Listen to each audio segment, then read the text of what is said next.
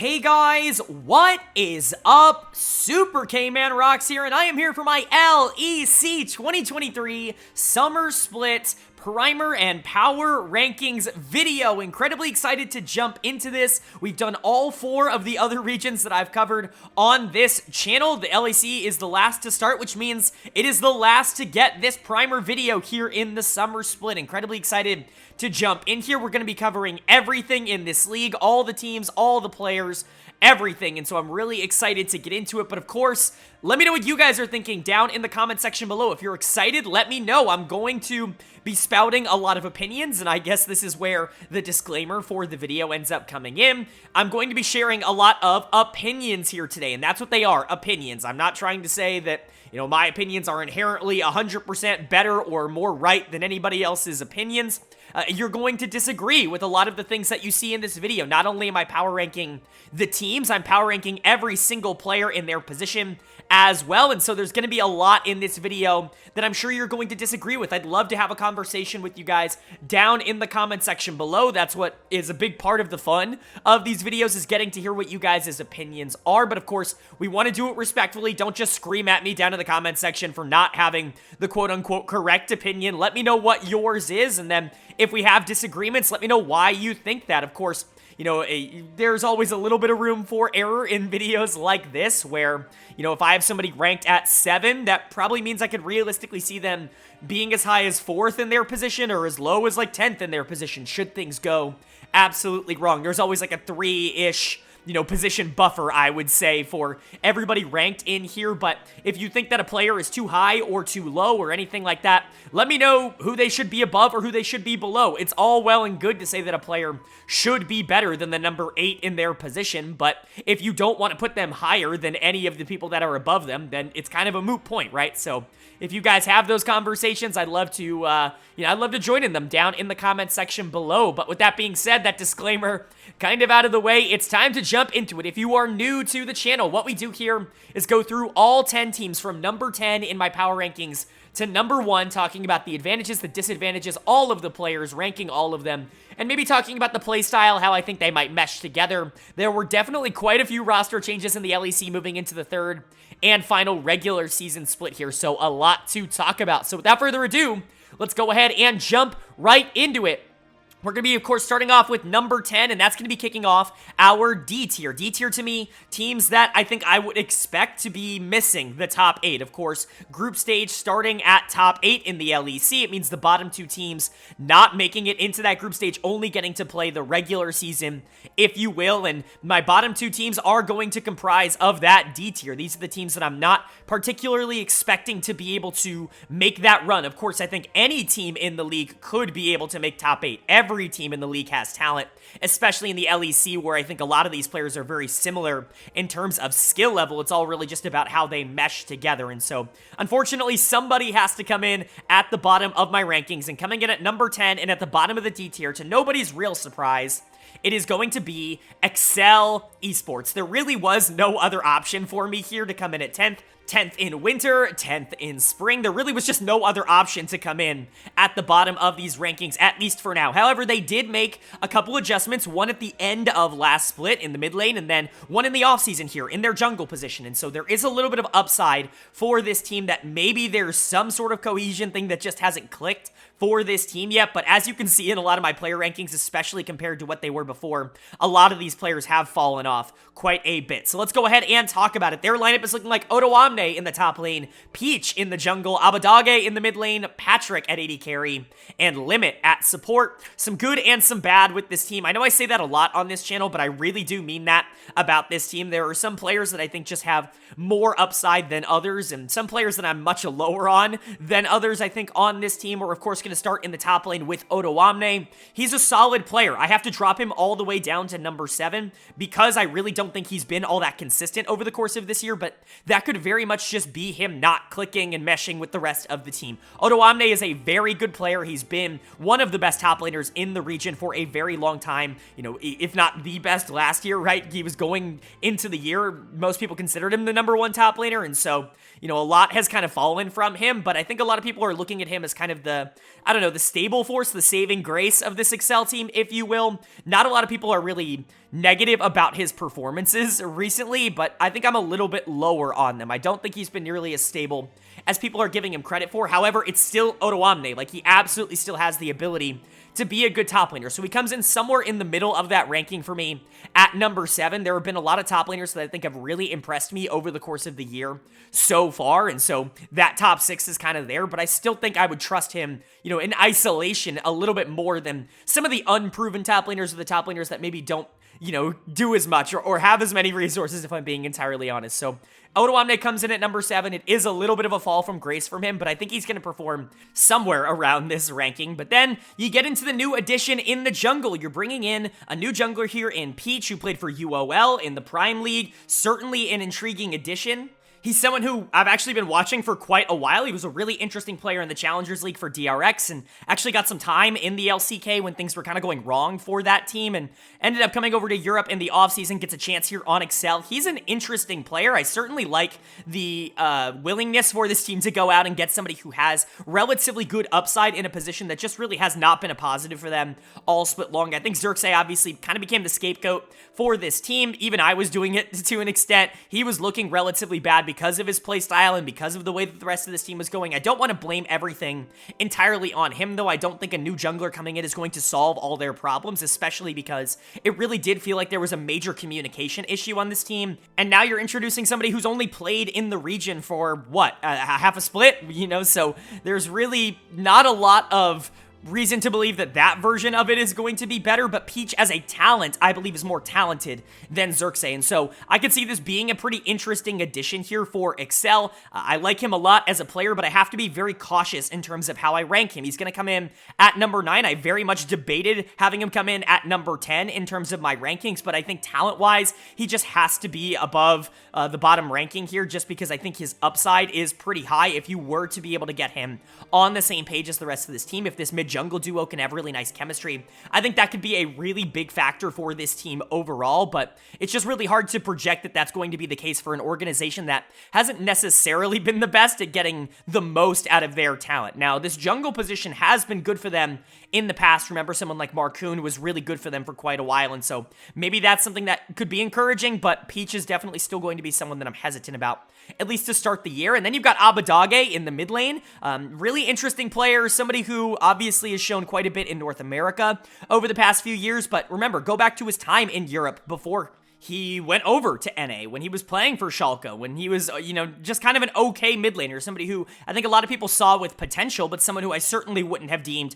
to be like a superstar in this region. And you're kind of bringing him into Excel to fix a lot of these problems. He's been a sub on this team for most of the year, entered towards the back half of the split, and honestly was fine. He certainly didn't change the outcome of this team. They weren't winning games with Abadage that they were losing with VTO, and I think, honestly, from a mechanical perspective, he is a downgrade to VTO, who just couldn't get it together on this Excel team, but still had moments where he showed that he can be that guy that he was on Misfits, and so I'm honestly pretty pessimistic about Abadage. I don't think he's going to be a huge addition to this team. I hope I'm wrong, because I think him and Peach as a duo have the potential to be really interesting. Both can be relatively aggressive players. Peach definitely has played with aggressive teams in the past, and Abadage always better when he can play a little bit more up in lane. That was kind of the thing for him on 100 Thieves in the LCS, and so if those two can get a relatively solid chemistry down relatively quickly, I think that's probably your avenue towards outperforming this ranking, with Odoamne being solid on the top side, because I really just don't see a lot of upside coming in from this bot lane, Patrick and Limit. I like Patrick. I think he's fine,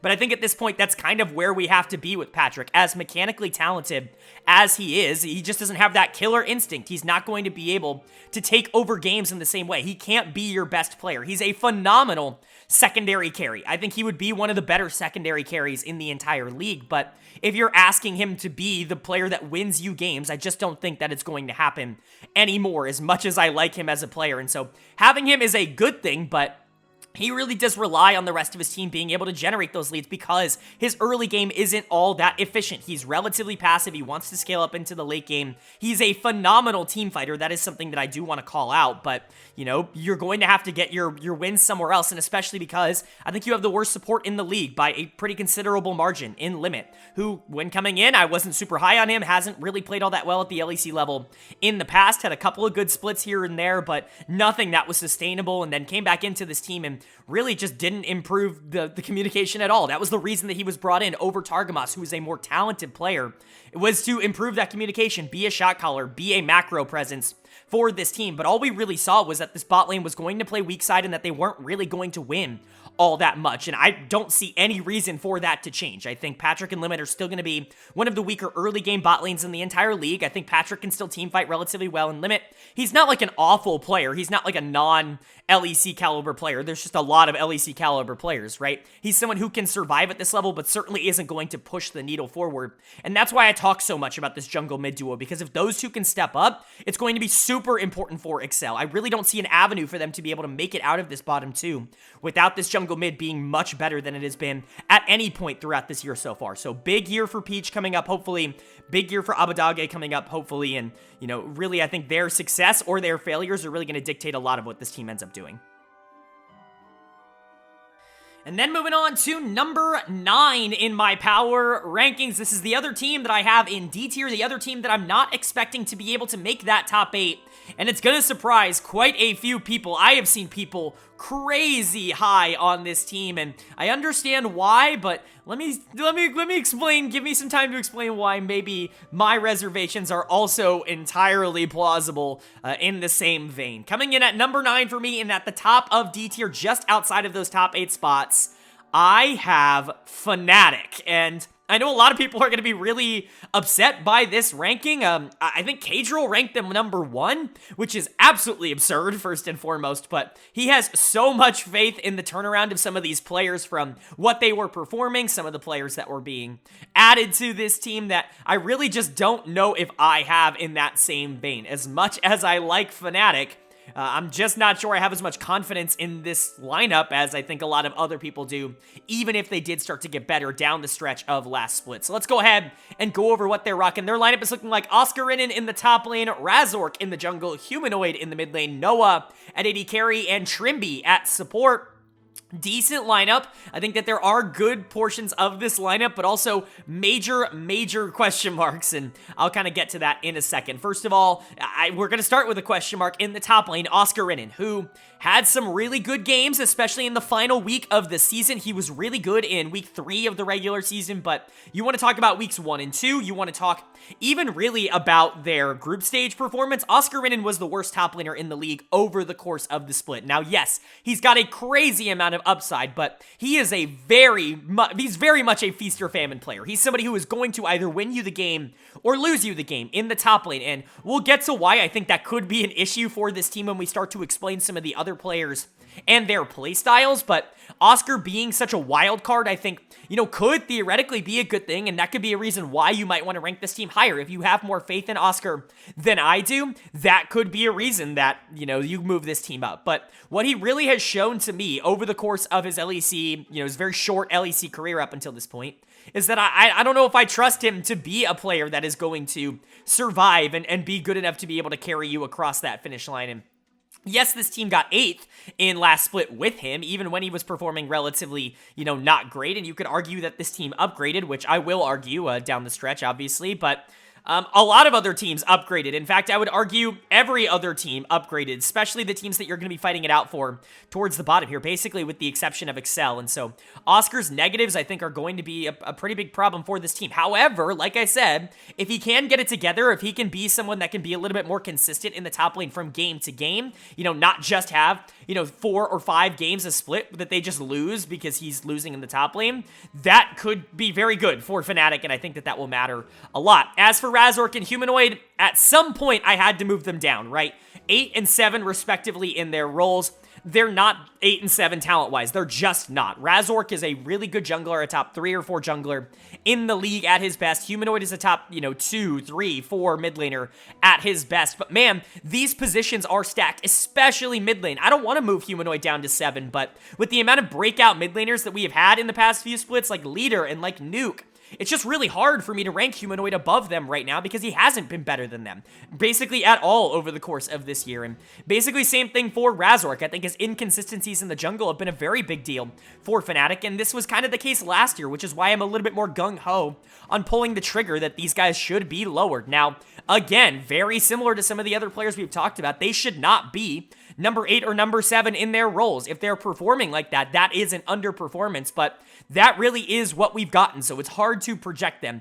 Ideally, you're going to get a better version of this, and I really do think that if you get a better version of Razork and Humanoid, they are a no-brainer top 8 team, but if you get the regular season versions of Razork and Humanoid that you have gotten in recent years, this is not going to be a top 8 team, in my opinion. I really do think that the jungle mid duo, I should say, is really where a lot of this team's hope is going to come from. If these two can step up, if these two can get back to the form that they were in playoffs of last year and at Worlds of last year, instead of all of the regular season of last year and then also pretty much all of this year, then this team is going to be better. But I'm going to be honest, I just don't know if I can count on that anymore. Again, the talent level of these two is extraordinarily good, and they should be better than this, but there are a lot of really good jungle mid duos that have broken out in 2023, and Razork and Humanoid, at least in this year, have just not been that for this team. And then you've got the new bot lane, and this is where I think a lot of the optimism should come in. I know you're going to see the number 10 next to Noah, and you're going to freak out and say that that's insane and that he's not going to be the number 10 AD carry, and that's totally possible. I am totally willing to admit that. He was a very good player in the Polish League this past split. It's worth noting that that team has continued to play at a very high level even without him, and their new AD carry is arguably just as good, but, it's worth saying that Noah at least performed in what I think a lot of people would consider one of the more inconsistent leagues in the world, but Noah is a talented player. He's somebody who is getting a lot of hype for a reason. However, there are a lot of good AD carries in the LEC that have proven quite a bit over the course of their careers, and it's just really hard for me to rank Noah, somebody who's played at a lower level of competition, somebody who just came off of a team that really didn't look all that different after he was replaced, someone who did look a little bit outclassed at EU Masters in particular. It's hard for me to rank him above some of these other players. We'll get into, even the other new player coming in at the AD carry position, quote-unquote new player, I think is a little bit of a higher upside than him just from how we saw him perform in EU Masters this past split. And so for Noah, I think that there is a lot of mechanical upside, but it's just really hard to predict that it's going to immediately click. Now, stylistically, I think he fits this team a little bit better than someone like Reckless did. You have, more of a top side that I don't want to say you want to leave alone, but, they showed that they didn't really want to invest a lot of resources into Oscar in the top side, at least in the spring split. It'll be interesting to see if that changes. I thought that was the reason they were bringing him in the first place, but at least for now, he's going to be playing weak side, and then Razork and Humanoid are kind of going to do their own thing. Some invested into Humanoid, but really he's going to be left isolated in the 1v1. They want to play for bot lane, and I think Noah's going to be better for that. Reckless, somebody who's been better over the course of his career in the isolated 2v2s than he is in like 3v3 skirmishes, and so I think Noah's going to be better for that playstyle, but it's just going to be interesting to see if he's going to be able to mesh and step up to the plate basically immediately. Remember, you have to be good almost immediately in the LEC. The split is just too short. It is 3 weeks. And so if you don't get it in those 3 weeks, like you don't have time to be able to figure it out. Like you have to get it almost immediately.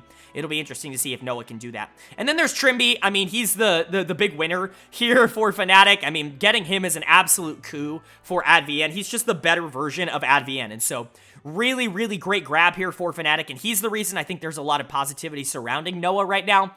If this team overperforms expectations, it's because Trimby gets back into the form that he was in Winter. In my opinion, he was one of the more interesting supports in Winter, and then he was one of the worst supports in Spring, and so kind of the balance of that, I think Trimby is still a really good player and definitely is going to be a positive towards this team overall. He's very good in isolated 2v2s. I would argue that that's his biggest strength. That's what Comp and Trimby have been very good at for Koi, for Rogue over the past year or so, and hopefully that can help Noah develop some sort of leads in the bot lane. If you can start to play through him, get him a little bit more acclimated, get him a little bit more comfortable, I think that's going to be a big win, but, you're going to need to do that it doesn't really feel like there's going to be a consistent carry outside of that on this team.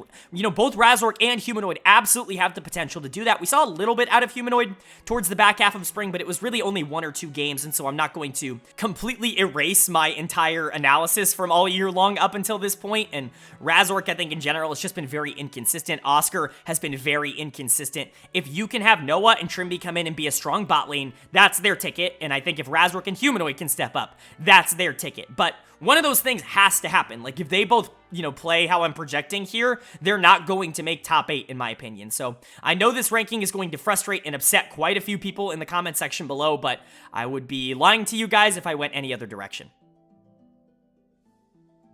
And now moving on to number 8 in my power rankings. This is going to be, of course, the cutoff point, the bottom 2 teams, the teams I'm not expecting to make that group stage. Everybody else from here on out, I am expecting to make that group stage. So we're going to start a new tier. We're going from D tier to C tier. C tier now, teams that I am expecting to make top 8, but very well could fall out of that circumstance if things go poorly for them, if some of their changes or if some of their players continue to regress or not play up to expectations. Both of those are very possible, and I would expect these teams to be, you know, near first outs in the group stage, but I guess they do have upside to be able to make it further, and I would, at the very least, expect their changes or their inherent talent level to be able to carry them to that top 8 spot. So coming in for me at number 8, and at the bottom of the C tier, I have Team Heretics. I have Heretics coming in at 8 and above, you know, Fnatic and above Excel. They were number 9 in spring, not able to make it out of those, you know, top 8 spots, not able to get into the group stage last split, which was definitely probably a little bit disappointing for them. So they go out and they make a couple of changes in their 2 big carry roles. VTO is in, Ruby is out, Flackid is in, Jack Spectra is out, and I think that will really shore up a lot of the worries that I have with this team. I'm more confident in the surrounding pieces here on Heretics than I am on a team like Fnatic already, and then you introduce, you know, players that I think are bigger upgrades, and I think this is going to be a pretty interesting split. But let's go ahead and talk about their team as a whole. Their lineup is looking like Evie in the top lane, Yankos in the jungle, VTO in the mid lane, Flackid at AD carry, and Mursa at support.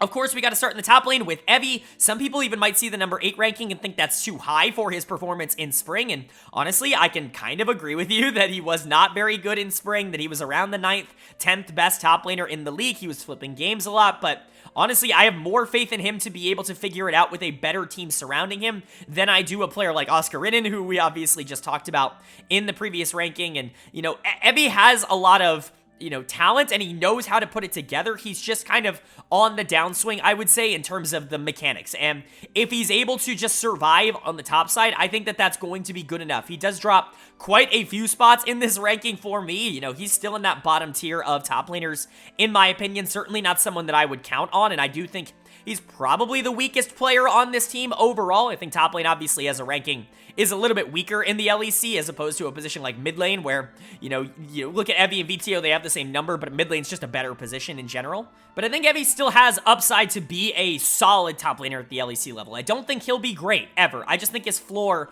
is probably a little bit higher than the players that I listed below him in these rankings. And so for Evie, he comes in at number 8, probably the least important part of this team, although if he can't hold up, if he continues to be a problem, that could be an issue, and that could be important towards this team's outcome. And then you've got the player that kind of carried them for pretty much all of Spring Split. You've got Yankos in the jungle, who still is one of the best junglers in the region, and he is ranked as such. He comes in as my number 3 jungler in the region right now, and potentially, you know, in a better circumstance, he could be higher on that list. I could see some people wanting to put him at number 2. Hell, I've seen people putting him at number 1, and I don't think it's that out of proportion. I'm going to put him at number 3 because I don't think he can carry your team to wins like I think the top 2 junglers can, but Yankos is a really, really good player and somebody who will make everyone around him at least a little bit better, and now he's actually got a mid laner that isn't going to just lose lane every single game, so hopefully that's going to be a little bit of a factor. I talk about this in pretty much all of my videos, but jungle mid synergy in the current meta is at an all-time high. We've seen teams that are able to pull off really good coordinated plays around the map with their jungle and mid duo be more successful than teams that aren't able to do that by like a considerable margin, more than almost any other strategy, at least so far this year. And I think if Jankos and VTO can get on the right page, get on the same page, that's going to be huge. Jankos is just a really good player, and you don't need me to tell you that. Incredibly consistent, isn't going to be like this super big damage hyper carry, although he can do that every once in a while. We saw that in spring, a couple of games where he was able to, really dominate in terms of the engages and the damage. But really what he's there for is to set up the rest of his team to be able to carry the game and make it so much easier on them to be able to win. And I think you could make an argument that he does that almost better than anybody else in the league. And then, of course, you've got VTO in the mid lane. Now, some might wonder why I'm ranking VTO higher than Abadage. That might be very surprising to a lot of people, but like I said earlier in the Excel ranking, I think VTO is a more talented player, and neither is really in good form right now. So I'm going to rank VTO a little bit higher just because I think his floor is a little bit higher. He has not been great over the course of the year, but I do think his problems have been a little bit overstated. I think he's been relatively fine in lane. Sometimes is down in CS, sometimes isn't, but that's okay. That was never really the dominant part of his game. What he was really good at on Misfits when he was an MVP caliber player was roaming around the map and creating numbers disadvantages and then team fighting at an incredibly high level, and I still think he has the ability to do that. He never really got the opportunity to do that on Excel because the team was never all that close. I would say towards the back half of games, he didn't really have the surrounding core to be able to get him to that part of the game, but I think that's going to be a lot better here on Heretics. I actually think he's a really good fit. I tweeted about this like 4 months ago. Like, I'd really love to see VTO on Heretics if things don't work out on Excel. I just think it would be a massive upgrade, and I continue to think that. I think this is going to be good for this team, and I think he's going to look a lot better on this roster than he did on Excel. And then you've got Flacket coming into the AD carry position. He is going to rank higher than Noah for me in terms of the new AD carries that are coming in. Of course, Flacket has had experience at the LEC level. That's not the only reason, but it is something to take into account. He went to Worlds last year with G2, but for those who have not been watching Superliga, he has been dominating. He has been absolutely obliterating basically everybody at that level. He was really good at EU Masters as well. His mechanics are shining through, and honestly, it makes me rethink the analysis that I gave him towards the back end of last year, where I was like, he's got to be on weak side. He's not someone who is really good with resources, pretty decent as a team fighter, but isn't going to like take over games. He's been able to take over games at that level, and we've seen that translate to this level in the past. And so honestly, I have a lot of faith that Flacket's going to be able to come in and be a pretty good player and probably an upgrade to Jack Spectra. I like this move quite a bit. If he's able to come in and even remotely be what he has been for Heretics in, Superliga and in EU Masters over the past year or so, that's going to be massive, and he's going to be a really big force to be reckoned with. He's going to jump up these rankings for sure if he continues to play like that. But for now, because, we haven't had a lot of tape of him at the LEC level that's been fantastic, some people might blame that on Targamas, but we'll see. He's going to have an opportunity now, and also because I think that there are a lot of, proven AD carries at this level, he's going to come in at number 9, but absolutely has the potential to exceed this ranking. And then Mursa. I think I'm still in on Mursa. I think he gets blamed for a lot of things that aren't his fault. He's still a pretty decent player. I don't think he's going to be a top-tier support like I kind of thought he might be going into the year. I actually really liked him as a player on Misfits, and reuniting him with VTO I think is going to be a really good thing. Those two in particular worked together fantastically on that Misfits team last year, and you can make an argument they were the two best players and two most important players on that team, and so getting them back in the same building I think generally could be an upgrade to both of them, but I don't see the same kind of upside in Mursa that I was seeing last year, and that's okay. I think as long as him and Flacket are fine, especially if Flacket is a really good AD carry, Merce is going to be good enough to be able to win with. But again, if he can kind of get some of that synergy that him and VTO had back, at last year, I think that's going to be massive for this team, and they're probably going to exceed the number 8 ranking because of that. And so, like I said, there is a lot of upside to this team. There are some negatives, a lot of unproven players. Evie, not had a great year. VTO, not had a great year. Flacket, coming back in from, EU Masters and from Superliga and not exactly having a ton of pedigree before that outside of, playing for G2. And then Mursa, a lot of people are lower on him, even with Jankos being kind of the lone man with high expectations on this team. I think this team has a low floor, high ceiling. I think that's kind of what I'm going to say. If VTO, Flacket, Mursa, if those players can hit, and if they can be really big positives for this team overall, they're going to be solid, and they're probably going to be better than 8th, but there are teams I think that just have a little bit of a higher floor that I just have to rank above them, because I can see a world in which this team flames out a little bit more realistically than I can see that for some of the other teams that are ranked above them. And so for Heretics, I really like the upside that this team potentially has, but you've also got to be at least a little bit weary of what the potential downsides could be.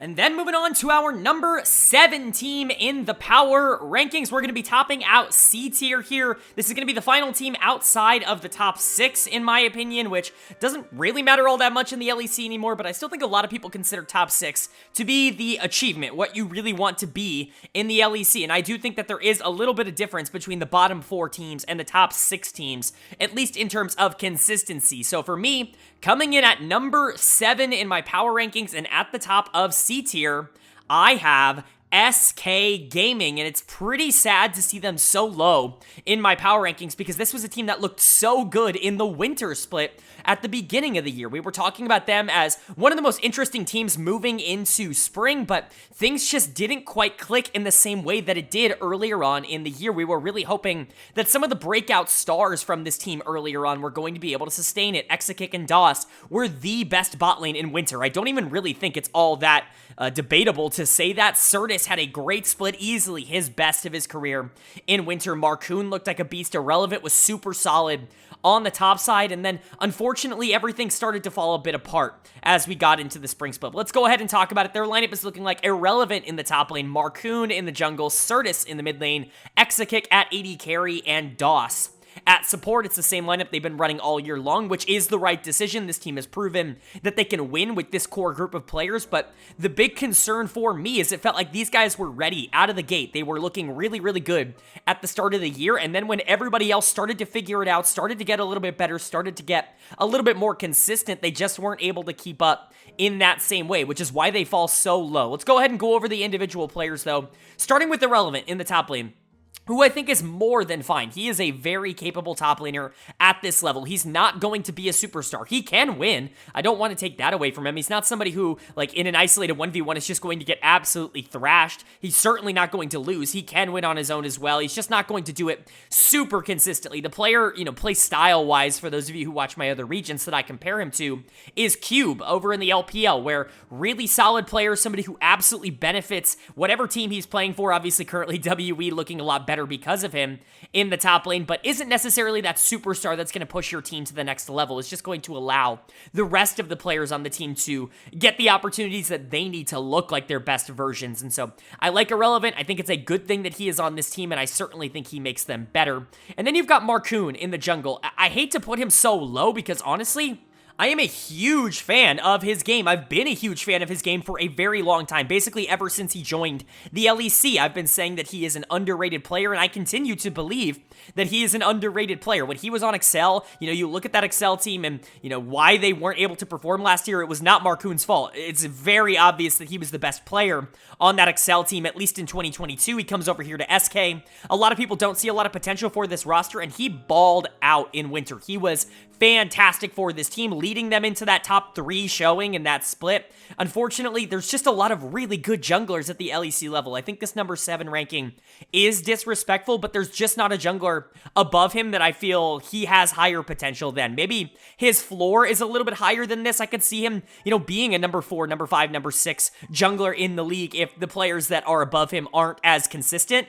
I think that's totally a real possibility for him and for this team in general, but I like Marcoon a lot. I certainly don't want it to seem like he is a negative for this team at all. He is, in my opinion, their second best player. Maybe their third. It really depends on how you feel about a couple of their players, but where I do start to get worried about the long-term future of this team is going to be Certus in the mid lane, a player that I actually do like a little bit, or quite a bit. I've talked about him quite a bit on the channel over the course of the last few years. I was not really a big fan of his game in the ERLs, but then he came to SK Gaming, and I thought he really upped his game a lot, especially, again, in winter. You notice a theme? A lot of these players really broke out that split, and it felt like Certus was finally onto something, and then, we talked about SK Gaming kind of falling off in the spring split, not necessarily having the same kind of pizzazz, I would say, as they had in winter, especially towards the back half. In my opinion, a lot of that was just Certus not being able to keep up and kind of regressing back to what he was in 2022. That's a little bit of a problem for this team. He's going to come in as my number 10 mid laner. It is not easy to play mid lane in the LEC. There are so many good mid laners, and I think consistency-wise, unfortunately, he just comes in at the bottom of that list. I don't really expect anybody else to be less consistent than Certus. Now, obviously, I think his highs are absolutely still there, and he can be a positive force for this team. But he has to be able to do it more often than just once every 4 games or so. He's got to be able to pull it out, and he's got to be able to limit some of those some of those negative games, I should say, where he's taking a lot of resources and not necessarily doing a whole ton with them. And so Certus is an interesting player, and I think him and Marcoon as a jungle mid duo are certainly intriguing, but man, their floor, I think, is a lot lower than a lot of the other teams that we have around here. We just talked about Yankos and VTO. I think that they are, below that in terms of floor, which is why this team does end up coming in at number 7. And then, the big positive for this team, I think, for a lot of people is going to be this bot lane of Exakick and DOS. Obviously, Exakick, a very highly prioritized prospect coming into the year, but even his biggest fans couldn't have expected him to be as good as he was in his first split. In his first split in the winter, he was the best AD carry in the region. I don't even really think it's all that disputable. At least in that split alone, he was the best performing AD carry. Now, Hansama was also really good, and then obviously Upset came back into the league, and he definitely took a little bit of a step down in spring, especially in terms of consistency, but he's still an incredibly talented player. He's going to come in as my number 4 AD carry. The talent is there, and I still think he can carry a team like SK to top 4. Like, it really isn't that out of the realm of possibility because of the players that are with him on this team, especially someone like Marcoon that I think plays off bot lane incredibly well, but Exakick is going to have to get back to that form. Luckily, he gets to play with his friend, somebody who he's played with for quite a while in DOS. Obviously, they came up together. They played for LDLC last year, and they wanted to be brought up as a duo. SK Gaming was willing to offer that, and so they end up landing them. DOS has been a very pleasant surprise, I think, in the LEC. This was someone who was not really on my radar as somebody who was an LEC caliber player, even when I went back and watched Exakick in the with LDLC, I should say. I didn't necessarily see DOS as somebody who was going to be able to survive at this level, at least mechanically, but I was entirely wrong about that. His macros, mechanics, they're all good. They're all good enough for sure, but there are some question marks in terms of game-to-game, like laning consistency. I think that's always been a little bit of the question mark for DOS, but him and Exakick work together incredibly well, and I would argue that this is definitely the highest upside part of this SK Gaming team. If they can get back to where they were in winter, if Exakick and DOS can be that top 1 or 2 or 3 bot lane in the LEC, they're probably going to outplay this number 7 ranking, but honestly, nothing they showed in spring gave me a lot of confidence that they're going to be able to do that. As good as these players are, as much as I like Marcoon and Exakick, as good as I think Certus, DOS, and Irrelevant are, they really have not shown that they can take that next leap and take that next step, and I really just think that a lot of the top 6 teams have shown that ability, even if maybe they're not as talented on paper. And so for SK, there is plenty of room for them to be able to bounce back, but I can't really put them any higher than 7th. And now we get to move into our top 6 teams in my power rankings, and we get to jump into a new tier. If C tier were teams that should make top 8, but like definitely could fall out if things go really drastically bad, and I don't really see a lot of upside for them, we're now moving into the B tier, and B tier are teams that absolutely should be making that top 8, but for me, just have a few too many question marks for me to guarantee that they're going to be a top 4 kind of favorite team. I think top 4 is so strong in the LEC right now that it's very difficult to break into that. Being able to get out of group stage is a very difficult thing to do, and unfortunately for me, this B tier are very good teams, but good teams that I think are just on the outskirts of being able to compete for the LEC title. Yes, we're already at the second to top tier. That is how close I think the LEC is. Truly, the difference between 1 and 10 is a coin flip, in my opinion. But let's go ahead and get into who's number 6 in my power rankings. And coming in at the bottom of B tier, it is going to be Astralis. They are going to come in at number 6 for me. I like this team, but I'm just not willing to completely commit to them. I think that there is a crazy amount of upside should things continue to trend in an upward direction, which is essentially what has been happening over the past few months, but there is also some reason to believe that regression is in order for this team. I'm predicting somewhere in the middle. I think they'll be just about as good as they were last split. A really interesting team that can win a lot in best of ones, but may struggle to beat some of the best teams in the entire region when we get to the best of 3. So let's go ahead and talk about their roster. It is looking like Finn in the top lane, 113 in the jungle, Leader in the mid lane, Kobe at AD carry, and Junghoon at support. Some people are going to see the top side of this map and think it is incredibly disrespectful to rank these players where they are, but I'll go ahead and get into why I don't necessarily have as much confidence in them as maybe some other analysts do. Starting with Finn. Finn is somebody who we've seen a ton of at the LEC level, and I hate to say it, but we know exactly what he he is at this point. He's going to have 1, 2, 3 games every single split that are fantastic. And then for the other 6, he's not going to be very good.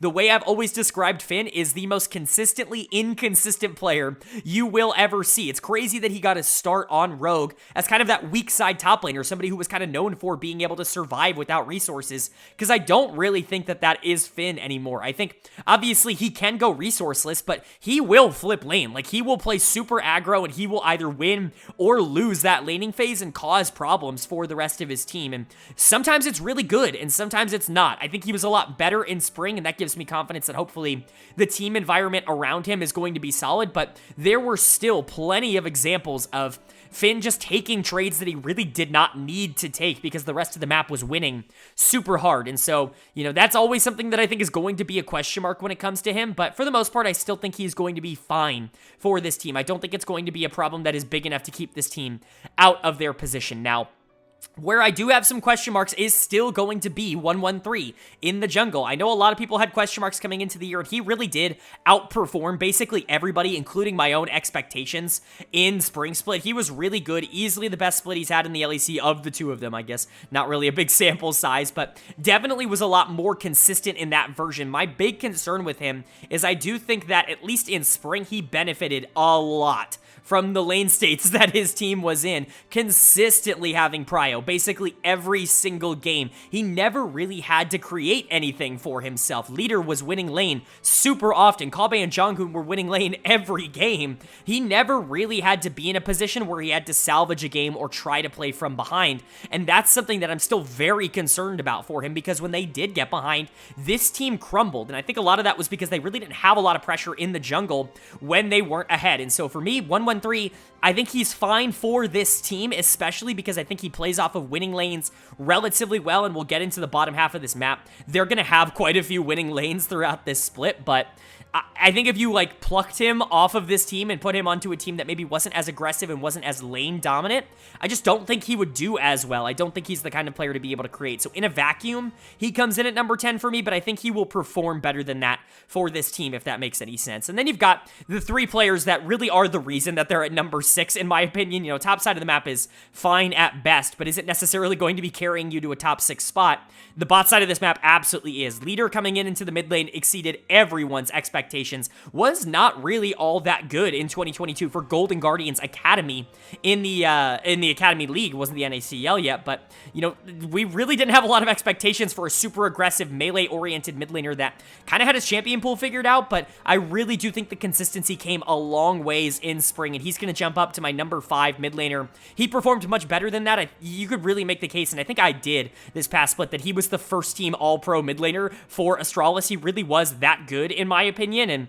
I think that he could continue to be that, absolutely, but I have to be honest and say that there are some question marks and some warning signs that regression might be incoming, at least from what he showed in spring. While he was fantastic on some of the picks that we know he's very good at, obviously the Aurelia comes to mind, but even things like the Kiana, the melee mids that we know he can play at a very high level, when teams started to figure that out and started to take things away, he didn't exactly perform at that same level, and that could be a concern moving into a summer split where now people do have a full split of scouting done on Leader, and they're not going to ego check his picks as frequently and as often. I'm usually not someone who complains about a small champion pool. In fact, I usually hate that complaint leveled against a lot of other mid laners around the world, because as long as you have enough picks in your champion pool to punish the fact that they're banning you out, then it should be fine. If they can't ban you out, then it doesn't matter, right? That's all that really matters in terms of small champion pool. But the problem for Leader is that it did feel like they could ban him out. It felt like if they targeted him in draft, he didn't have nearly as much prio in the mid lane, and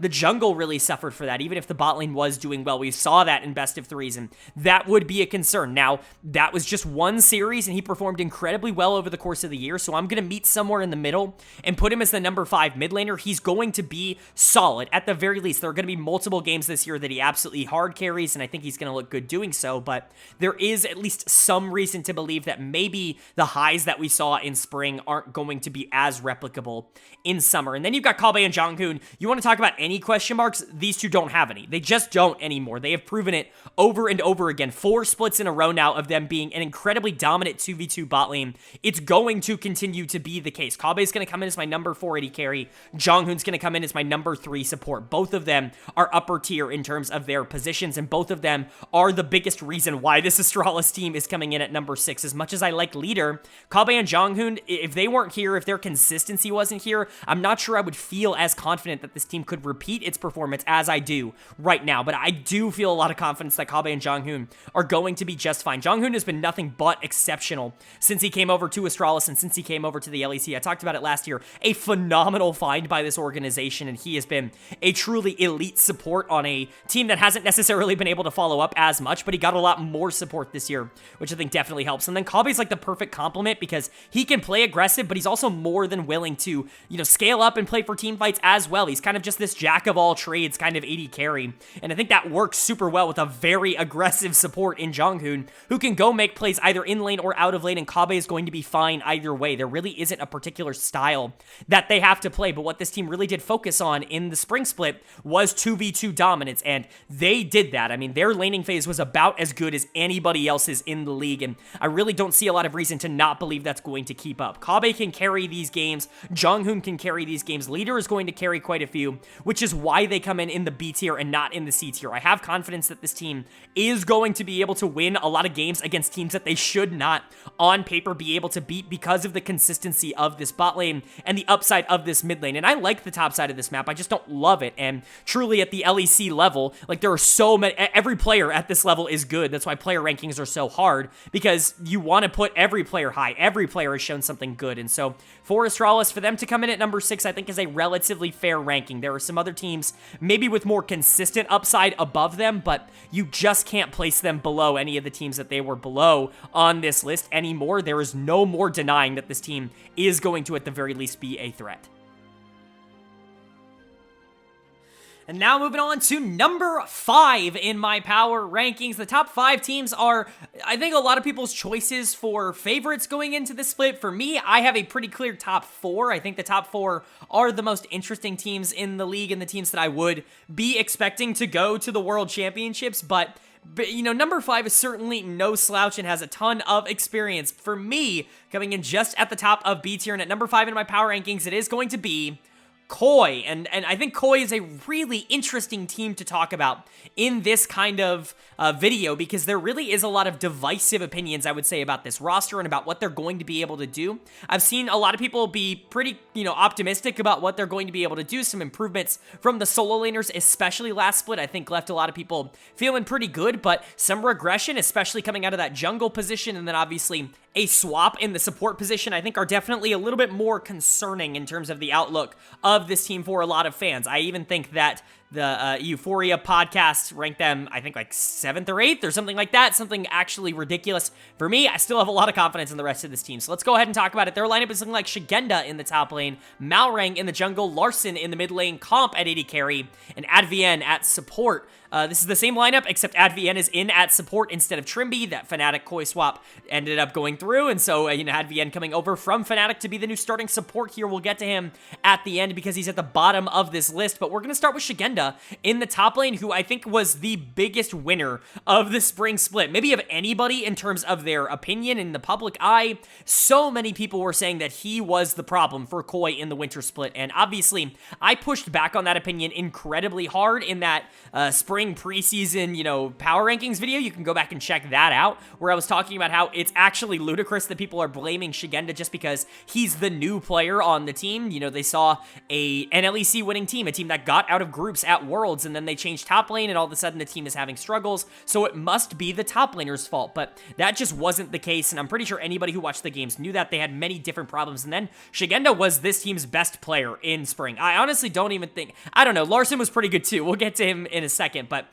Shigenda was really good for this team in spring, an all-pro caliber top laner for them, and I just don't think a lot of people saw that coming, me included. And so, big ups to him. I think he's continuing to be on the rise. This was somebody who was a really big prospect prospect even like 3 or 4 years ago in the ERL and the LEC scene back on Vitality, and so it does finally feel like he's getting a chance to kind of show what he can do mechanically, and it's definitely impressive. Now, he's going to need to continue that upward trajectory. He can't stop now, but I have faith that he's going to be able to do that. But unfortunately, the optimism is going to stop there, at least for now, because we're going to get to Malrang in the jungle, who I just think is being exposed a little bit more than he had been last year. Obviously, he looked so good for Rogue in 2022. He was a big reason why that team ended up winning the LEC, being able to go to Worlds and make an impact. His aggressive early game style was just, it was very feast or famine, but when it worked, like, even the best teams in the world had trouble with it. We saw that when they faced DRX and when they faced Top Esports at the World Championships. Malrang was doing well against those teams. The problem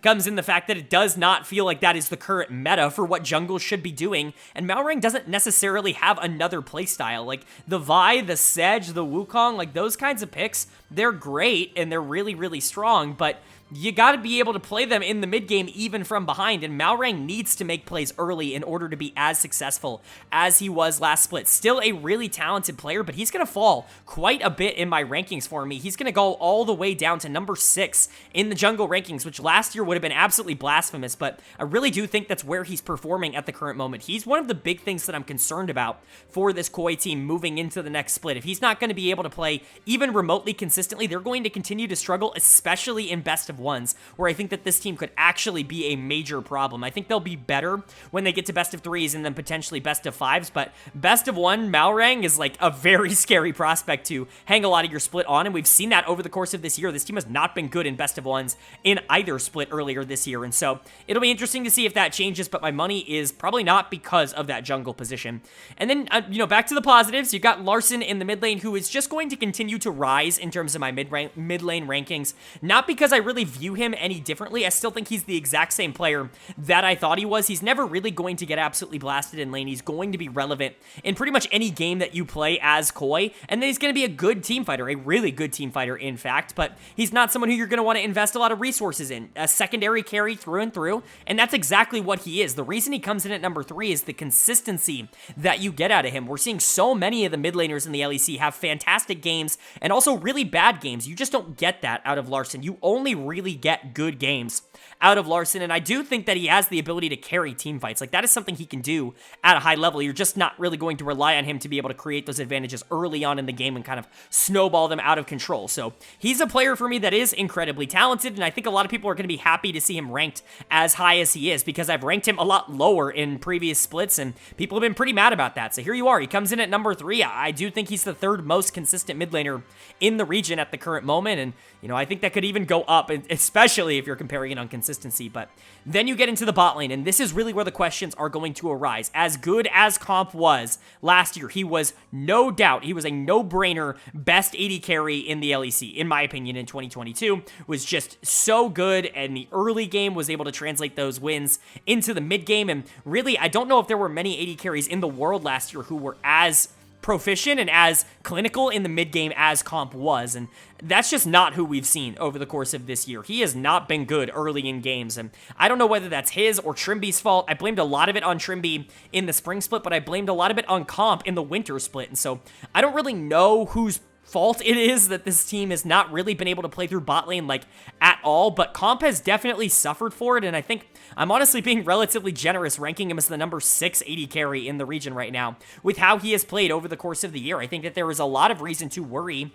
about this bot lane because you're bringing in someone like Advn, who's really never been spectacular at this level. Now, I do want to say I like Advn. I certainly don't think that he is a super negative player. I especially think that his macro sense has been very underrated basically for his entire time in the LEC. I thought he was really good on Excel at bringing the team together, and he did a good job on Fnatic of making them relevant in the mid game, but he is not a great laner. Like, that's always going to be a little bit of a problem for him, and that's Comp's strength, especially translating that into the mid game, and so you're going to need this bot lane to figure out how to play together and to work something out. Now, maybe the Comp and Trimby bot lane was just, maybe it didn't run its course, and it wasn't going to be as successful, but there is reason to worry that this bot lane is going to be be worse. And if that's the case, Koi's not going to be the number 5 team in the league. As much as I like Shigenda and as much as I like Larson, Comp has to step up. He's the one who controls the destiny of this team. I've said it in basically every single game that this org has played in 2023. They will live and die by Comp in the bot lane, and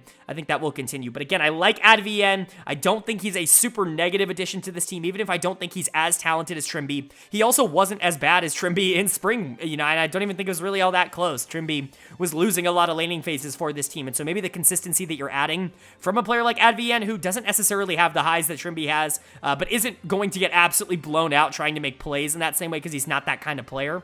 I think that could be good to allow a player like Comp and Larson and Shigenda to be able to take over games. My big concern is just the lack of ability to maybe generate leads like this team needs, but we're certainly going to see. There are positives. I think you look at Larson, you look at Shigenda, I'm feeling pretty good about that. If you can get Comp back on board, if Malrang can have more good games than bad, this team could still be a top 4 team. And honestly, they could surprise a lot of people and make a run to go to the World Championships. It would not be out of the question for me, but I do think a lot of the question marks raised around this team by a lot of the other analysts going into the year are at least big enough for me to keep them out of the top 4. And now moving on to our top 4 teams in my power rankings, and this is where it really starts to get interesting because the top 4 is the start of my A tier. Yes, that is correct. All 4 of the top 4 teams are in the same tier for me, and truly, I think I said this at the beginning of the video, the difference between a lot of these teams is not big, not only in this tier, but really throughout the entirety of this league. I expect this power ranking to be almost entirely wrong because that's just what happens in the LEC. Some random team in my bottom 4 is going to make it into the top 4, and I don't know which one it is, and one of these teams is going to just not perform up to the level that they absolutely should. And again, I just don't know which one that is. This is my projection, and this is my prediction, but a lot of these teams have strengths, and pretty much all of them have weaknesses. And so, for me, these are just the teams that I would expect to be able to overcome those weaknesses a little bit more consistently. Let's go ahead and talk about it. Coming in at number 4 in my power rankings, and at the bottom of A tier,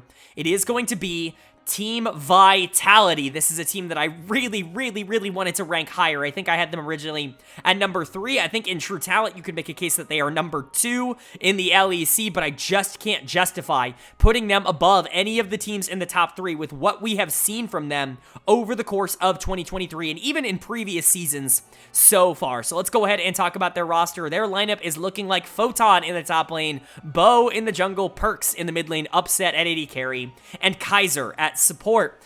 Man, there is good and there is bad with this team. You got to start with the top lane, and we get to start with something good, and that is Photon. I think it is pretty not up for debate to say that Photon is probably the most consistent top laner in the LEC. There are some players that are going to be able to outperform him on a game-to-game basis, but even then, like, I think you can make the argument he's the most talented top laner in the league as well. He's going to come in number 1 for me. He is a monster, and I don't expect that to change at all. In fact, I only expect him to get better as he gets more comfortable playing here in the LEC. This was an absolute coup for Vitality to be able to bring him in. He was a massive upgrade over basically every other option that they had on the table, and they are going to be very happy that they were making this call. He was my MVP in the winter split. Didn't have quite as dominant of a spring split, in my opinion. The team didn't play around top lane nearly as much with Upset on the roster, which I understand, and honestly, I don't hate that idea. Photon can do more than well enough for himself isolated in the 1v1 in the top lane, but still was an incredibly dominant player, one of the most interesting top laners in the league, even in a time where he wasn't getting a lot of the resources from his team. I don't feel very contentious at all putting him at number 1. I think that was a pretty easy call for me. And then you've got Bo in the jungle. Now, man, Bo's upside is ridiculous, and we've been talking about it all year long. There have been so many moments where it's like, oh, this is it. Bo's figured it out. He's learned how to communicate with the rest of this team. He's going to get 14 kills a game, and he's going to win MVP, and he's going to win the title, and he's going to win Worlds, and it's all going to be great for Vitality, right? But then he'll have another game where he goes 1-15, and you're like, oh my god, like, this guy can't play at this level. Like, we've talked about inconsistent players pretty much all the way in this video up until this point, but none of them are quite as inconsistent as Bo. He's going to come in at number 5 in terms of my jungle rankings, right in the middle, and I think there really is no other place to put him because there will be so many games where he's number 1. There will be quite a few games where he is just the obvious number 1 jungler in the league, and then there will be others where he's number 10, where it's like, get him off of the rift, someone unplug his computer, Vitality will have a better chance of winning. That's just what he brings to the table. He is going to flip games at every single opportunity using his mechanics, and sometimes it's going to work, and sometimes it's not. Honestly, I know this is a weird example, a weird comparison, but he reminds me so much of early career Dardoch in North America, where it's just like, he will decide whether or not you win the game, like by himself, and there really isn't a lot the rest of this team does, and honestly, Bo is the biggest reason why this team comes in at number 4. This team should be better than number 4, but I just can't trust that Bo isn't going to not perform at some point in their best of 5 run or their best of 3 run or somewhere along the lines, because he's just not shown the ability to stay consistent throughout the entirety of a split up until this point. Now, if that changes, if he walks out of here with the MVP and looks fantastic, I'm not going to be surprised. He's got the talent to do that, but man, he really does have to prove that he can put it together before we just kind of anoint him as a big positive for this team. And then the player that is consistently the most controversial on my channel in terms of where I rank them and where I talk about him, Perks in the mid lane, who, you guessed it, sorry guys, I still like him. I still think he's a good player. I don't think he's I don't even think he's half as bad as a lot of people on the internet will tell you that he is. Watching his games, it really is a tale of 2 players sometimes, because he wasn't as good in spring, and he really hasn't been as good in 2023 as he was in 2022, but that's not an insult to him, because truly, going back, and I went back and watched his tape because I had to know, and going back and watching his 2022 tape, I realized I was right. The dude was super good last year. I mean, he was a top 2 mid laner in the region last year, an MVP candidate for most of the split. He was dominating games early on. His laning stats were literally unparalleled. Not even just the numbers, like watching the tape, he was so much more dominant than anybody in his role in the mid lane, and I still think that's there. There's flashes of that still being there, which is why he comes in at number 4. And truthfully, he really doesn't have that many awful plays. What essentially happens with him is 90% of the game, he will be that fantastic mid laner that does all the things right, and then he'll make one major mistake that he has to climb himself out of every single game. It reminds me so much of a player like Summit on Team Liquid right now, where it's like, if you could put together an entire game of fantastic play over like a long stretch, like, you're going to be the MVP, and it's not going to be close. I still believe that about Perks. The talent is definitely still there, but the decision-making has been a concern, and that is not something that you would normally say about Perks. That was maybe something he picked up in North America. I remember we said that a lot about him on Cloud9, but going back to the G2 days, he was the shot caller, he was the decision-maker, and he did a lot for that team, and really, that just doesn't seem to be his perception anymore. He is now the incredibly talented mid laner who just is going to throw it away with one bonkers side lane decision basically every single game. I still have to rank him highly because he's gonna win Vitality games this year, but I do understand why people are lower on him, because they do see the negative plays.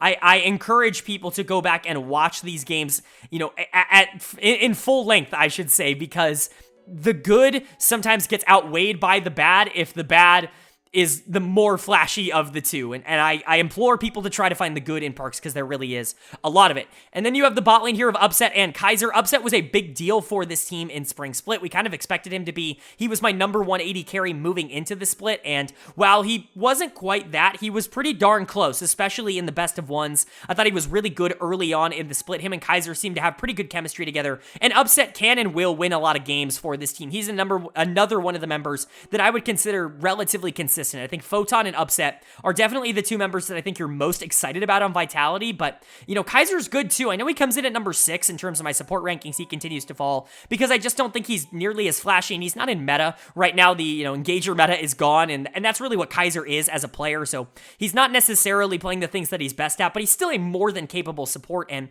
when he is allowed to play the Engagers, he looks so much better as a player, and I still think it's a play style that they can play at a very high level, even in the isolated 2v2, where you would expect those those engagers to be a little bit weaker. But if Upset and Kaiser can continue to be a good force, if Photon is really strong in the top lane, and if Bo and Perks can get it together, because that's really what it's going to be about, is how many games do Bo and Perks play well together, and how many games do they not? Because that's going to determine where exactly this team finishes. They have top 1 upside. That's why they come in the A tier, because I truly do believe that they can win the LEC, they can go to Worlds, they can do well at that tournament, but it's all going to be hinging on this jungle mid. I believe in top lane, I believe in bot lane. It's all going to be up to this middle of the map. Moving on now to number 3 in my power rankings, and it's right in the middle of A tier. We're really getting to the teams that are going to be competing for the LEC title. Of course, that started with 4, but this is a team, in my opinion, that should be able to make an appearance at Worlds for the first time ever. Coming in at number 3 for me, it is going to be Team BDS, the team that I think we all had at the bottom of our power rankings going into 2023. They are now right there near the top. They were 1 game away in spring from being your new LEC champions, and they're going to be looking for revenge here in summer for a chance to qualify for their first ever international event moving into the rest of the year, and I think that they have the talent and they have the cohesion to be able to get it done. Let's go ahead and go over what their roster is looking like. Their lineup is Adam in the top lane, Sheo in the jungle, Nuke in the mid lane, Crowny at AD carry, and Labrov at support. I love this team, and I love all of these players. Pretty much all of them have taken significant leaps forward in terms of what they've been able to put out here at the LEC level. Again, we ranked them at number 10 on this channel at the beginning of the year. I don't mean to call out my own curse, right? But I feel like at this point, we've got to acknowledge the fact that anytime I rank a team in last place, it never goes well for me.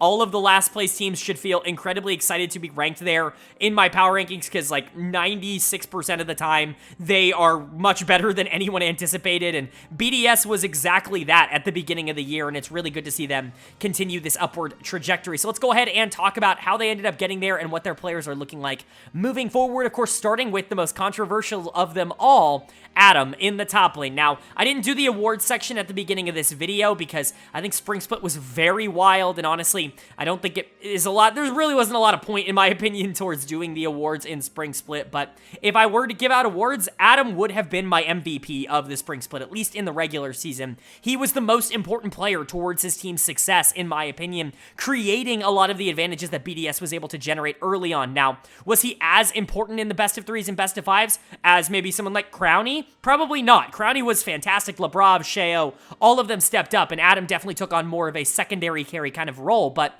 to get them to that point, and especially to get them really moving at the beginning of the year, having them go into that, the group stage as the number 1 seed in the LEC, that was Adam, and I think he definitely deserves credit for that. Now, he is still Adam. He's going to throw the game away sometimes. Whatever we were saying about some of the top laners that we were talking about before, being relatively inconsistent, someone like Finn, having a good game and then, also not having a good game, that's Adam, right? But the talent that he has is just different. I think you could make an argument that he's the most talented top laner in the entire league, at least in terms of mechanics. He's going to be able to outplay pretty much everybody in the league. The problem is that sometimes he's not going to be in a position where he should be trying to outplay everybody in the league. There's going to be positives and negatives to his game, but honestly, in 2023, it's almost all been positives, and the big step forward for me, not only is his cohesion with the rest of the team, because I definitely think that that is a step in the right direction for Adam in particular, but it's the ability to play weak side, and that's not something he really did on Fnatic. That was not really something that he wanted to do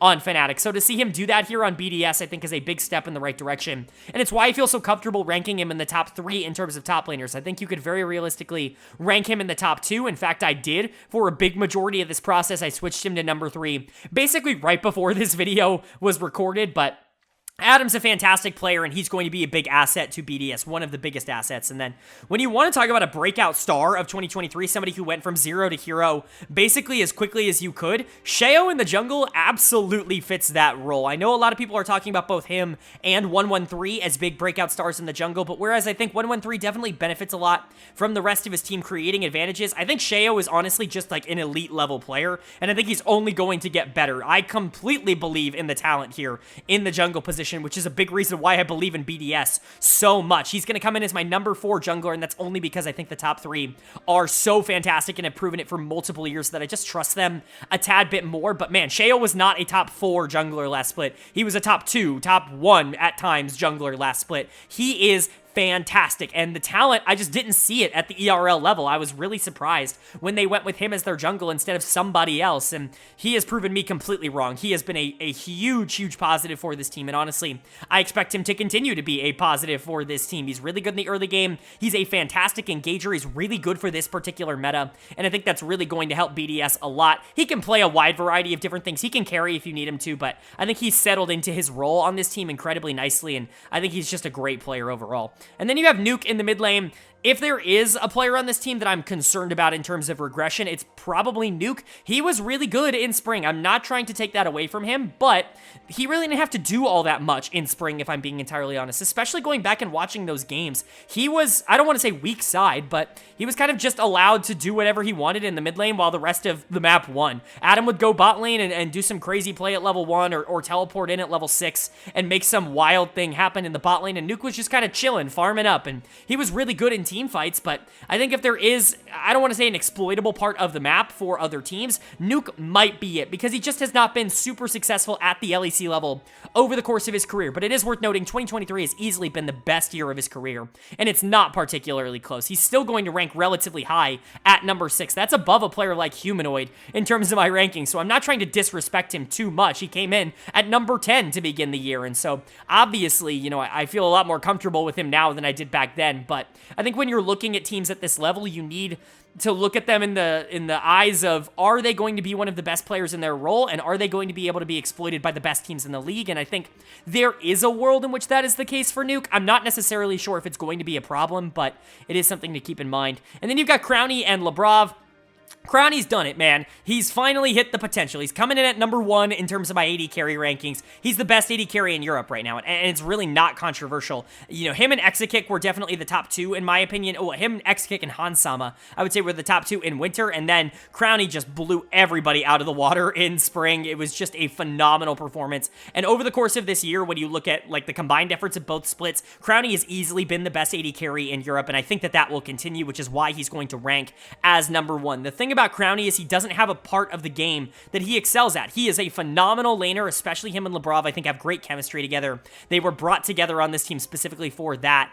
And then, you know, in team fights, he's one of the most established and consistent team fighters of any position in the entire region. And so for me, yeah, Crowny's number 1. We've been talking about him as a potential breakout star ever since the, you know, SK Gaming days back, you know, what, 3-4 years ago now. He's hit that ceiling. He's hit that potential, and he's the reason BDS is coming in here at number 3 and not at number 4. And then you have Labrov, a player who will consistently fly under the radar. This dude has been nothing but very good over the course of his entire career, maybe with the exception of 2022 on a year where Vitality just kind of fell apart. But remember those bot lanes before that, 2020, 2021, he was Rookie of the Year in Vitality on a 10th place team, and him and Crowny, him and Comp together were really fun bot lanes to watch. He has been nothing but good at the LEC level, and I see no reason for that not to continue. There were so many good moments from him in spring, and I expect that to be something that we can expect to see out of him basically for the rest of his career. Him and Crowny have great synergy together, and they're very good in the 2v2s, but Labrov is still a fantastic team fighter, one of the better ones at the support position in the region. And so Labrov for me comes in at number 5, but again, a lot of those supports from like basically 2 down to, you know, 5, 6, 7 are all really good supports. There are a lot of really good players here at the LEC level, and Labrov is absolutely one of them. He's not going to hold this team back at all. In fact, I think him and Crowny together are going to push them forward, which is why I have BDS here at number 3. I just think that the talent on this team is too much to ignore. Adam is broken out, and he is for real. Sheo is broken out, and he is for real. Crowny, Labrov, even Nuke to an extent. Like, this is an elite team. This is a world's caliber team. Now, so far, it's only been 2023, which is why you got to at least be a little bit hesitant in terms of ranking some of these players. But if they play even remotely like they did in spring, I don't think that they're going to be one game away from winning the finals for much longer. Now moving on to our top 2 teams in my power rankings, and obviously you know who the 2 teams are because there's only 2 teams left to talk about, but what order am I going to have them in? Well, we're going to find out right now. These are my projected 2 best teams in the LEC, and coming in for me at number 2 in that ranking, it is going to be Mad Lions. I have them coming in at number 2, the team that just won the LEC Spring Split, finished second in the LEC Summer, or I should say Winter Split, and I project them to finish second as well in the LEC Summer Split. So, hyper consistency coming in for Mad Lions, and that's really the best thing you can say about them all year long. It's just how crazy consistent this team has been up until this point. I know people are never going to give them the credit they deserve, but this team being able to come back from being, quite frankly, awful in the regular season, they went 3-6, you can see that up on your screen, to being a team that eventually wins the LEC, it's a ridiculous story, and you gotta give a lot of these players credit. Pretty much all of them are some of the best in their roles, and they all deserve to be on a team like this. They do have some concerns, though, which is why they're not number 1. So let's go ahead and talk about it. Their lineup is looking like Chasey in the top lane, Elyoya in the jungle, Niski in the mid lane, Karzi at AD carry, and Hillisang at support. Just a lot of good coming out from this team. Really not a lot of negatives to say for them, and that starts with Chasey in the top lane. I know he's only coming in at number 4, and some people are going to want to see him higher in terms of the rankings, but I really like all of the players in the top 3. It's not a disrespect to Chasey to put him at number 4. He might be the most consistent top laner in the region, maybe outside of Photon, who I think has been really, really good for Vitality, but when you look at, Adam, and then, we'll talk about number 2 on my list in a little bit. I think that, they can have some up and down performances. Chasey doesn't have that. He really turns it on when the game matters the most, and I think that that's really the most impressive trait that he has, is he's okay in the regular season. He's really kind of just been fine in the best of 1s, but when you get to best of 3s, and especially when they get to the best of 5s, Chasey becomes a different beast. He was finals MVP for a reason. The dude absolutely makes the most of big opportunities, and especially counterpick matchups in very important moments, and that's a huge trait to have for a team that really does want to compete for the LEC title. And so Chasey, big asset to this team, certainly not someone that I think is going to hold them back really at all. And then you've got Elyoya in the jungle. He's going to come in as my number 1 jungler in the LEC. I just don't really see how I could put him anywhere else at this point. He was number 1 last split as well, and the only thing he did was secure that for me. Even when this team wasn't playing well, and even when he was in a little bit of a rut, I fully believed in his ability to be able to play his way out of it. And man, did he. He was so spectacular during their group stage and their playoff run that there's really just not a lot of competition for me. He's fantastic. He's going to come in as my number 1 jungler in the region, and I think he's probably going to stay there. He's been there for quite a while, and I think that, other organizations in the league have definitely acknowledged, I think, the fact that he is number 1.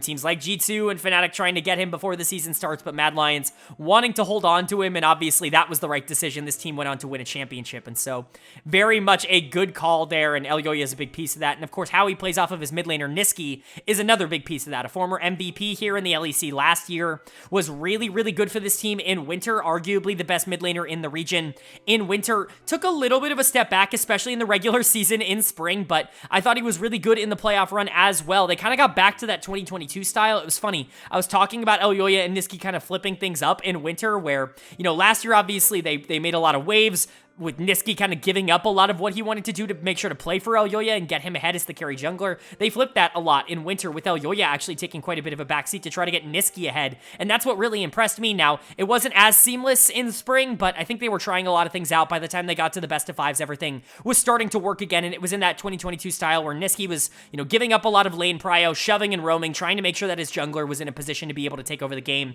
and it really worked out. He's going to come in again as my number 2. I think you could rank him maybe a little bit lower because of the individual, mechanical skill. That's not necessarily his big upside, but he will perform like the number 2 mid laner in the region. There's not really a big doubt from me for that. And then you get to the bot lane, and if you do have a question mark about Mad Lions, it is going to be the bot lane, and it is always going to be the bot lane. I have Karzi coming in as my number 8 AD carry, which seems ridiculously low for how he's performed up until this point, but man, who do I put him above? All of the players that I have listed above him are incredibly good players, and players that can legitimately win games for teams at this level, and Karzi just hasn't been that. Now, he can win games for this team, and he has won a couple, but consistently over the course of a split, it just really hasn't happened for him. I think, obviously, he benefits a lot from playing with a player like Hillisang, but his aggressive style is going to be able to generate some leads. We've just noticed that, especially in the recent playoff runs, there are going to be games that he loses for this team, and that's going to be a little bit of a problem. And so, for me, he does come in as the number 8 AD carry. I still think he's just fine for this team. If they had an elite AD carry, I might be ranking them number 1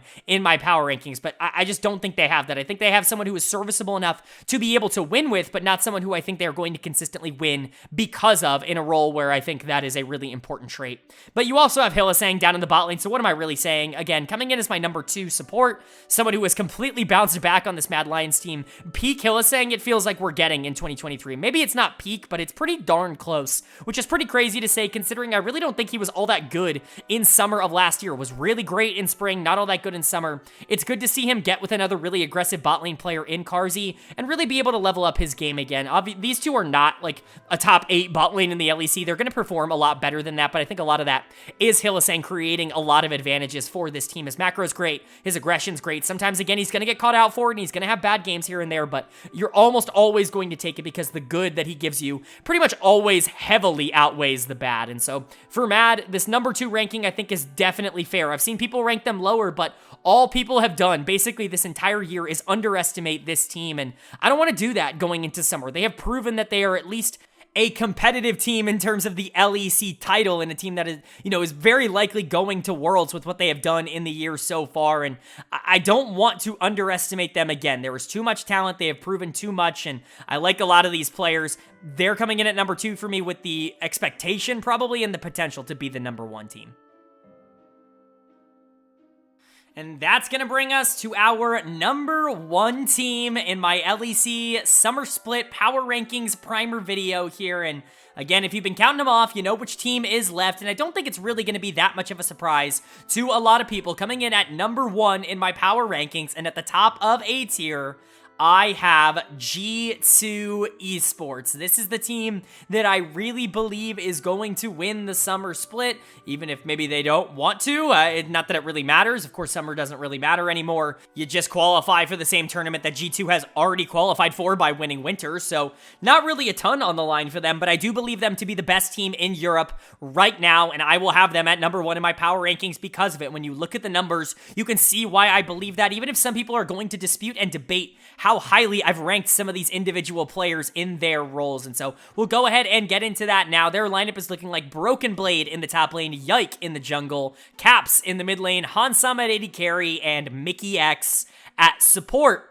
Just a really, really well-rounded lineup. Really no major weaknesses, even if some of these players haven't exactly performed up to their fullest potential in 2023 so far. I still expect them to be able to do so over the course of the rest of this year. I just have too much faith that the players that haven't performed are going to be able to bounce back. I'm mostly looking at you, Caps. You have not been Caps up until this point, and I still have you ranked as number 1 in the mid lane position. This is a lot of faith that I'm giving him, and I'm going to talk about him first because I think it's going to be the most controversial ranking. I know I almost always go in order here, but Caps is really going to make or break what this G2 team does, and so I'm going to talk about him first. He's gonna come in as my number 1 mid laner, and I know he has not been that. In fact, he's not been close to that over the course of 2023 up until this point. He wasn't very good at MSI either. He really just has not been the player that we all know in the mid lane, but man, it's Caps. Like, I have to believe that he's going to figure it out.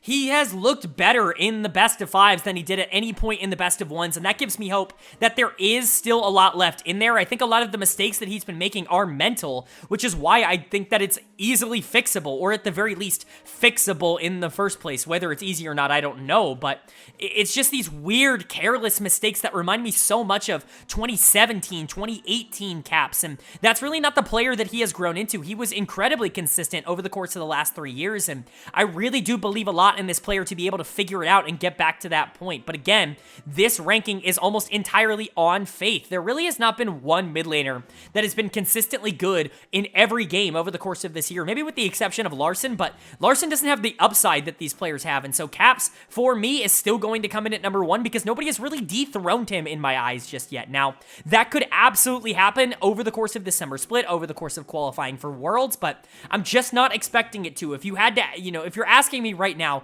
who do I expect to be walking out of 2023 as the number one mid laner? I'm still going to tell you that it's Caps. And so for me, he's going to come in at number one. But let's go ahead and talk about the rest of the team as well. Broken Blade in the top lane is going to come in at number two for me. He was originally at number three. Him and Adam, I think, could be flexed back and forth. Adam's going to have better games, but he's also going to have much worse games. Broken Blade for me is just a consistently underrated, very, very good top laner. And I think we saw that internationally at MSI, where he was really good for this team. And honestly, top lane was a big meta for the Western teams just in general. I think Broken Blade has been solid for quite a while. He'll have bad games every once in a while because that role just kind of necessitates that playstyle, but I think he has significantly less than he gets credit for, and he's been really good for G2 in the 2 years that he has been on this team. Now, I wasn't a big fan of Broken Blade before that, and he definitely still has his problems, but he's become a lot better at being a weak side player, and I think that's really unlocked the rest of the map. And so even if he is still a strong side, resource heavy top laner at heart, I think he's a more versatile player than he gets credit for nowadays. And then Yike in the jungle, he has surpassed basically every expectation that you could possibly have for him. He's going to come in as number two in the jungle for me.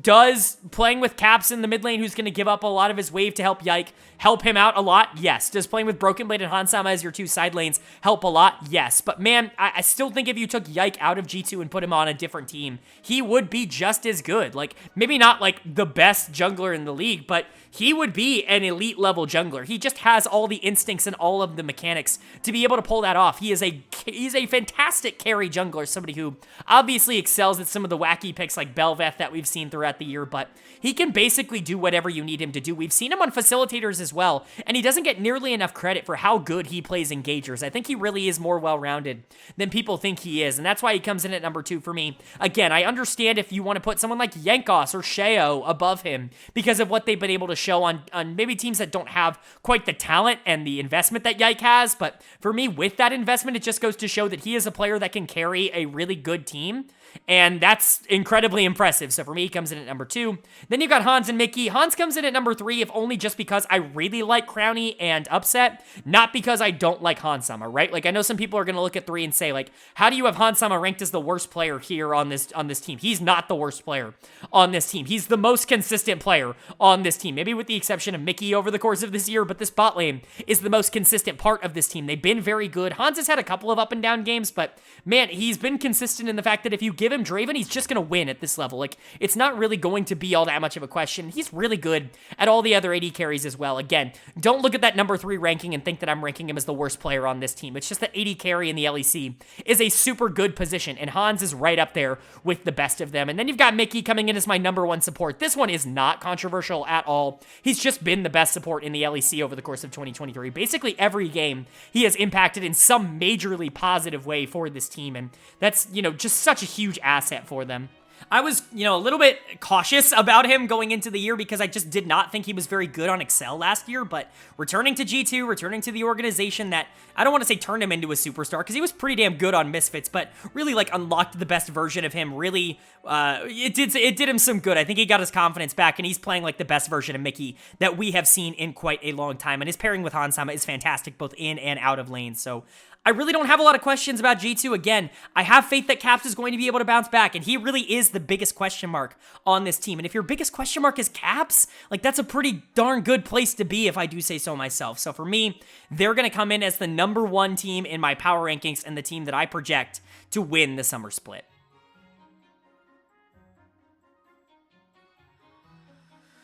Alright, but that is going to do it for my LEC 2023 Summer Split Primer and Power Rankings video. I do hope you guys enjoyed. If you did, let me know down in the comment section below. Of course, I gave you a lot of opinions, and honestly, this is going to be my most controversial video that I posted in the summer pre-timeline here, or whatever you want to call it. A lot of these rankings I don't think are consensus. I've tried not to overreact to some of the things that we've seen this year so far, but I've also tried to balance the fact that some of these teams and some of these players have really broken out. So let me know what you guys think. Obviously, you're not going to completely agree, and I'd love to know you guys' differences down in the comment section below. But again, just be respectful about it. If we're going to have a conversation about it, make it more of you know, this is my opinion, but I respect yours rather than you are stupid and you suck because you have this opinion. There's always a better way, I think, to have these conversations down below. But if you did enjoy the video, hit a like. It really does mean a lot for the channel. It lets me know you guys are enjoying the content, and it helps get this video out to a lot more people. And especially